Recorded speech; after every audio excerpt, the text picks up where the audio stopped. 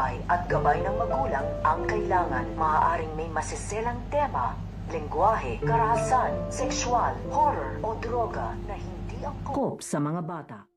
Ang muling pagdampot dito nga kay Moira dahil nakita nga nito nga ni Walden na kay nahinala ito nga mga kinikilos nito nga ni Moira ay agad-agad nga siya ditong nilapitan nito nga ni Walden dahil mag-aakma nga dito ito nga si Moira na meron nga itong dudukutin dito nga sa kanyang bulsa habang papalapit nga ito dito nga kay Annalyn. Kaya nga ito nga si Walden ay aaksyon nga ito kaagad at nilapitan nga dito ito nga si Moira at pinadampot nga niya kaagad dito nga sa kanyang mga tauhan at tatanungin na nga ito nga si Moira kung ano nga daw ba ang kanyang gagawin dito nga daw kay Annalyn at kung ano nga daw ba ang kanyang dinudukot dito nga daw sa kanyang bulsa at kung meron nga daw ba siyang binabalak na masama dito nga daw kay Annalyn ay wag na nga daw niya itong ituloy dahil ibabaltuli na nga muli ito nga si Moira pag gumawa nga ito ng gulo. So pakakaabangan nga natin dito kung tuluyan na nga bang nagbago ito nga si Moira